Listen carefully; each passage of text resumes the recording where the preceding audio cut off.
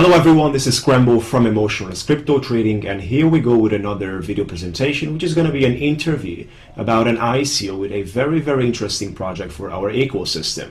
I'm going to welcome Steve, and we're going to discuss about a list of questions around this very specific ICO. So how's it going, Steve? Great, thanks for having me, Scrembo. I appreciate it. Always good to see you. Yeah, it's going to be a great time. I do believe we have a lot of interesting content to share about a very important part of our industry, which is something kind of a must-need to have a smooth process of the entire system, right? So we're going to talk about that. Now we're going to jump in the first question, which is 60 seconds for who is Steve. Tell us more about you. Sure. So I grew up in California in a small farming town. And when I was about 11 or 12, I broke into a local company's computers, and I was lucky enough that they caught me and they said, "Hey, don't do that." But also, they wanted, they had me come work for them for a summer, and I kept working for them. So that's how I got involved in computer security at like an early age. I was lucky enough to have some people that like mentored me along and taught me a lot about the industry. So fast forward to 2012. I started a security research and development company, and we were really frustrated because some of the products we built were great, but they were small and they were very focused, and the enterprise didn't know how to use them. So, like any good engineers, we got mad about it and built Polyswarm to sort of help distribute some of the stuff that we were having trouble getting out in the marketplace. That's a nice introduction about you, and I definitely see the value you can bring to our industry by that large experience you're having with this specific topic, right? So that's definitely beautiful. These are the people we definitely need, experienced people, which are definitely have something to say for our industry, and they do have valuable projects to show and to bring, which should make our life better. So that's kind of in a nutshell. Now, I really, all that's good, but for us and a lot of my team, it's really a love thing, right? Like we've done this for a long time because it's interesting to us, the information security space. But anyway, go ahead. Sure, it's definitely interesting. I do believe that I'm not really experienced around this at all. I'm just using it as a normal user, right? But definitely I do see that people interested in, they do really love what they do, and it's kind of a place where you can push your limits continuously to become better and develop better things and so on and so on. There's no limit, right? So it's definitely a beautiful niche, a beautiful industry. It's true. Yeah, great. So we're going to jumping over the next question, which is what do you like at blockchain? I like this ability to, blockchain specifically, to create this transparent data store, right, where we can really track the performance of things. So in our marketplace, we're tracking the performance of security experts over time. How good were they at detecting threats? How good were they at protecting users, right? I mean, when you add the smart contract piece on top of that, that really gets us excited, or really gets me excited, because for the first time in the last, 3 to 5 years, you have this ability to build new marketplaces that solve old problems. And the great thing is you don't have to get anybody's permission to do so, right? If I want to write a couple of Ethereum smart contracts that solve a problem, no one, not even the network, is stopping me from doing that. Yeah, that's true. Transparency, freedom, and all these things are necessary to have a smoother process. And of course, it opens a lot of possibilities for the startups and for new businesses, in my opinion. Yeah, and it really excites. Not just what we're doing, but what others are doing with this new ability to innovate is pretty cool to watch and learn about.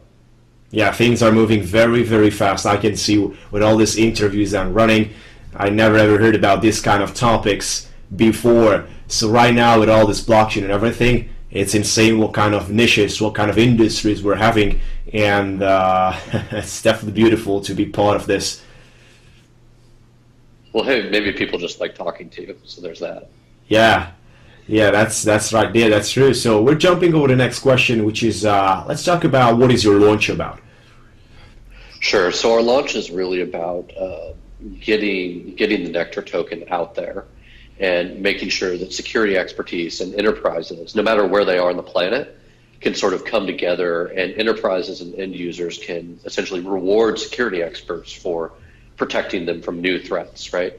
So what that means is we really want to create incentives that security experts, wherever they are, can create, what we're calling micro engines that adapt to new threats as they come out, and basically, they cover users against new viruses, new malware, new threats a lot faster than a single vendor with a small developer team and limited visibility can.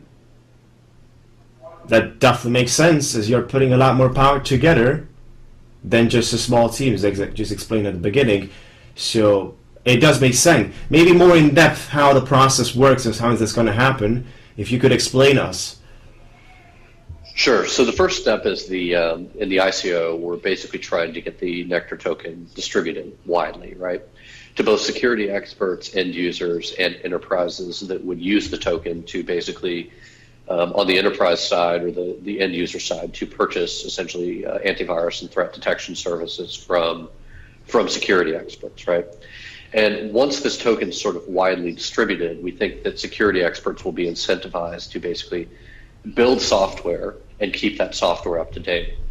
Now, the software very specifically looks for new threats in files like Word documents or PDFs, but it also looks for new threats in things like URLs or IP addresses if they're sort of known attackers, right? So there's all these different things where security experts can sort of put their tools to use, and we call these artifacts collectively, right? So the idea behind all of this is that once the Nectar token is widely distributed, there'll be a marketplace for this threat intelligence, right?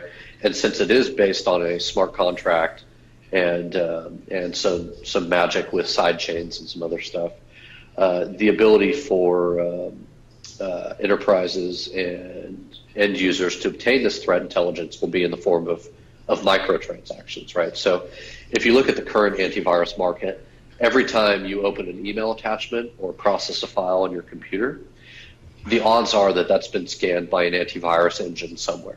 And those scans cost between a quarter of a cent, a US cent, and a cent and a half, US dollars again.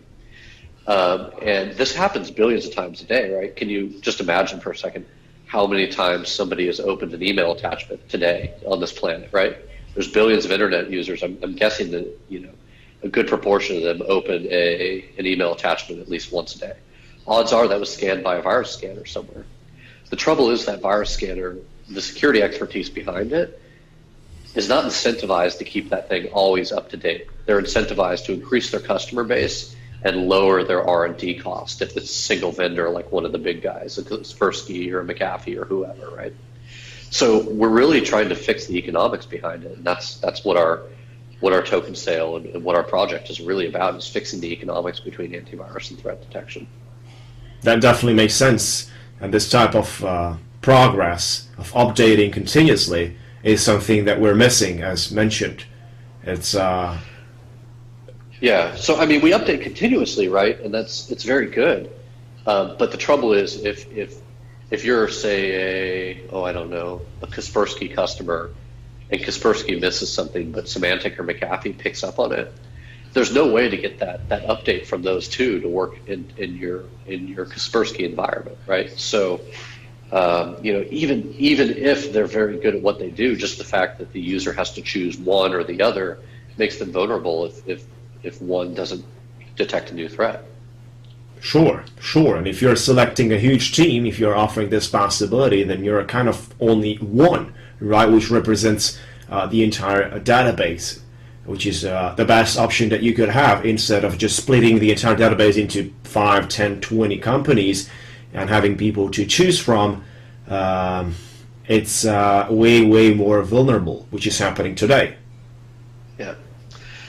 Yeah, and it's very, very interesting how this market has progressed. If you look at the antivirus market today, the top three hold anywhere between 10 to 15% of the market share. It's an $8.5 billion a year industry. But then there's about 50 other antivirus companies. And some of the, maybe the next 5 or 10 antivirus companies hold about 5 to 10%, or, between 3 and 5% of the market itself. But then the remaining players, they all hold a percentage point or less, right? So it's very fragmented. And that's sort of a response to, people in certain regions, like South Korea, for example, they use regional South Korean antivirus because it addresses their threat a lot better than something that's available internationally. Sure, sure. So you see, this is the way it's the market right now, and that's why you guys thought about a solution. You're coming out a solution which makes sense, and it's right there providing a better value. So definitely it's going to be welcome, in my opinion, by the people, as long as they understand how the process works and what are the issues in the current market. So it's just getting better. I mean, it's down to making a choice as a normal user or an entity or a business or so forth. They do have to make a choice for an antivirus and to select the best ones they find in the market. So of course, as long as we have a newcomer which is representing a better security by having a sort of accumulation of kind of a sort of more viruses into one, more antiviruses into one, should I say? Yeah. That's the idea. Then of course people would tend to look after that. It's like more power into a single one. Of course, behind it is a lot of powers. Right. So, that's all very true, and we think that we really want to open this market up to security experts wherever they are, right? Because we think this is our thesis is that Polyswarm should be responsible for taking that subscription and making sure the traditional antivirus subscription and making sure a lot more of that money is used on the actual security expertise that protects users, right?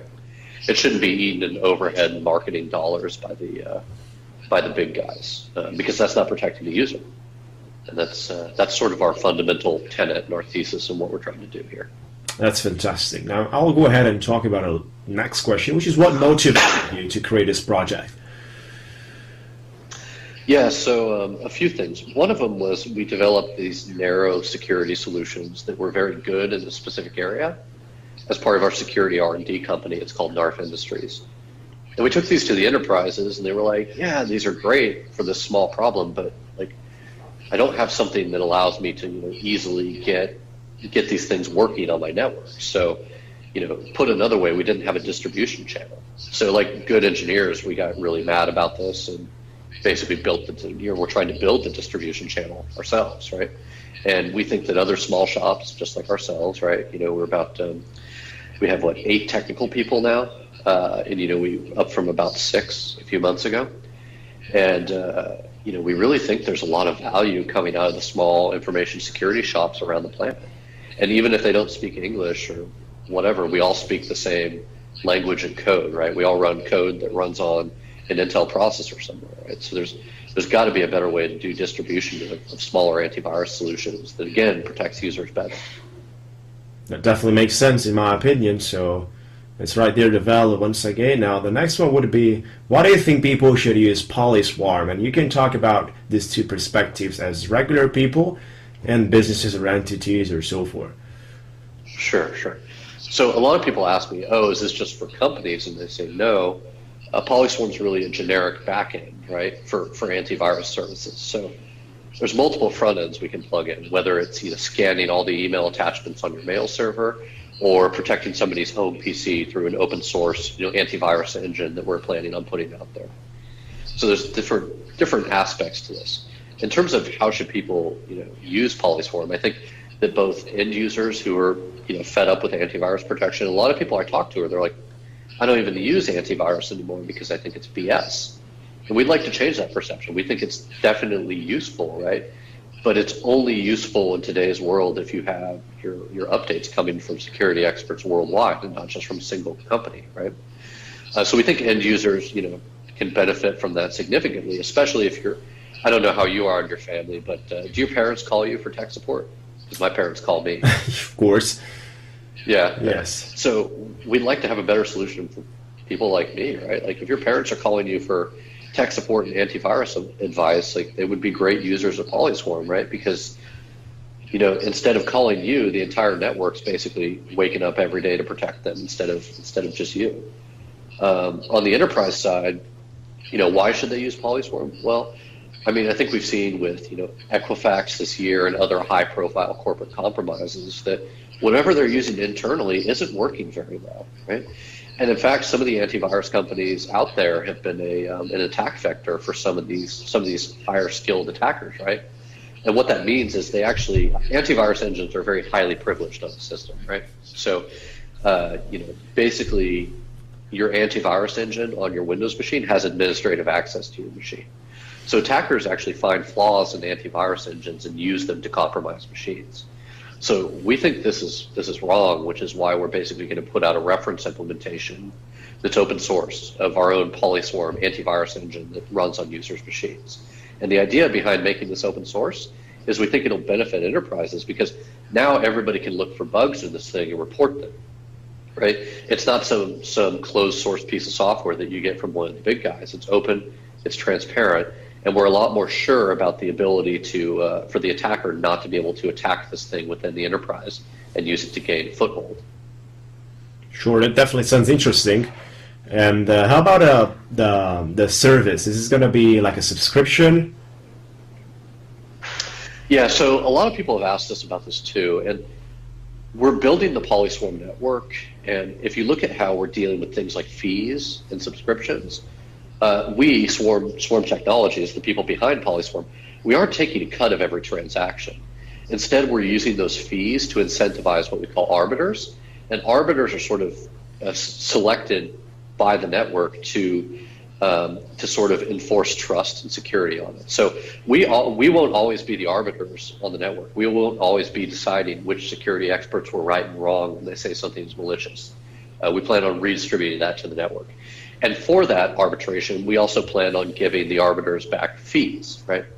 Which essentially are the ability to, we want to incentivize them to play the trust anchors of the network. So that's why the fees go to them. So, we plan on making, the network sort of handing the keys over to the community, as it were.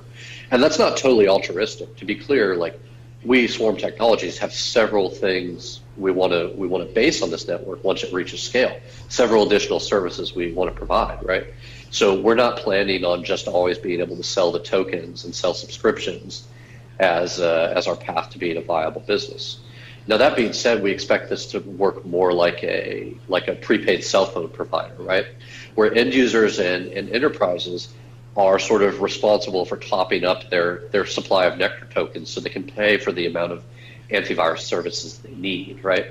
And remember we talked earlier about an antivirus scan costing between a quarter of a cent and a cent and a half, right? So really that subscription fee is gone from you pay McAfee or Symantec or Kaspersky $100 a year to protect you from viruses to you put, $3, $5 a month on your Nectar token balance, and that's used to protect your computer, or that's used to protect a computer in your enterprise from viruses for that month, right? And if you run out of Nectar tokens, you just top up your balance, and instead of having a fixed subscription, that's the idea behind Polyswarm. It's beautiful, and it's a win-win situation from the way you have explained. It definitely makes sense to do this way because it's very efficient. It's definitely very efficient. We think so, but we're relying on our contacts within the security community and the rest of the community to help make this great. So, happy to hear from anybody who's got a great idea for a micro engine or participating in this ecosystem. That's great. That's great. Now, what about the token? The next question would be around the token. What's the purpose specifically of the token in the ecosystem? Sure. So until something like Ethereum came on the scene a couple of years ago, right? If there was a security expert in, say, South America, in Argentina somewhere, right? And he was really good at looking for malware and, say, Word documents or PDFs all day long, right? Let's say he made $100 a month from this, right? And let's say we're a centralized company, say Swarm Technologies just wanted to pay him US dollars for this work. Well, then we would have to go figure out how to wire money to an account in Argentina. And we'd have to scale this for every country on the face of the earth. And what would happen there is just in wire fees, we'd probably eat over half of that $100, right? So it's really not possible through the traditional banking structure to give people small amounts of money for doing great work like this, right, on a consistent basis without the banking infrastructure eating half of that money in fees, right? So really what the purpose of Nectar is twofold. To get these incentives in a microtransaction sort of way to security expertise, wherever they are, Argentina, Zimbabwe, I don't care as long as they're protecting the users from threats, right? And the second piece is why we need a token, to sort of insulate the ecosystem from the wild price swings of, say, Ethereum or Bitcoin based on whatever else is happening in the market, right? We wanted to be our marketplace to be very focused on cybersecurity and threat detection services for protecting end users, right? And we didn't want to be sort of hostage to the news cycle that is, the Ethereum, what's happening in Ethereum or Bitcoin today, right? So those are the two big reasons for the token, which we think are good ones, but happy to hear any commentary on that. Sure, as long as it creates demand around the topic, right? As long as it creates popularity, it's of course welcome in our space. As long as it has a use in the ecosystem, as long as it offers possibilities for people to join something, develop, create a career, make some money, be able to run their knowledge and be useful in the space, because that's what they will be able to do, participate, get paid through the tokens, right, of which they're able to get any kind of smart transactions, and that eliminates the chances of the banks to eat up like 50%, right? That's the main idea. And this is the way you can also connect 20, 50, 100, 200 guys like this around a project of Polyswarm, taking care of the security. It's definitely better. How about the big companies? I mean, are they having 100, 200 guys behind this taking care, or it's a lot less than that? How is that? Yeah, so big companies are attacked a lot, right? Because the information and financial records they have are very valuable to attackers, right? So frankly, even if they hire security staff, security experts in their local jurisdiction, are usually in short supply, right? So they're having trouble staffing their teams. So the way they've looked to solve this problem is through a lot of automation, right? So big enterprises want to automate, figuring out what's malicious, what's not, right? And they want to do this in volume. And I think they're reaching a limit with the traditional antivirus providers because the traditional antivirus providers aren't effective, right? If you're a medium-sized company and you're seeing 1,000 malicious files hit your mail service a day, and you're unsure if your antivirus engine is protecting you against, say, 25 of those malicious files, that's a lot of work for somebody to manually look through those files and make a determination on each one every single day, right? That's at least one, maybe two full-time people. So scale this out to somebody that's the size of, I don't know, Chevron or a Saudi Arabia's Aramco or a big company, right, who have significant problems with this. They can't hire security teams of hundreds of people because security teams of hundreds of people simply don't exist in places like Saudi Arabia, right? It's hard. So we see this as really, providing an automation solution for these big companies and really, allowing them to keep their headcount low and helping them protect themselves against threat at the same time. Sure. So therefore, I like the business model because it's very, very scalable. It's a very, very pointful keyword here, the scalability, which you guys are having in your hands. It's just all about selecting the right guys and taking it to the next level, making sure they are doing the right things to protect us, because the scalability is on your side. Against, like in a competition, you're definitely winning against the general antiviruses or the legal ones, right? Traditional ones. Sure, and I do want to tell you that we always talk about security experts in the abstract, but post ICO we have a lot of plans to educate existing programmers, technical people, data scientists on how to help out in the Polyswarm ecosystem. So put another way, we think there's a lot of programming and technical talent out there that aren't security experts today, but they could really, really help us tomorrow with some of the challenges we face in detecting malware, right?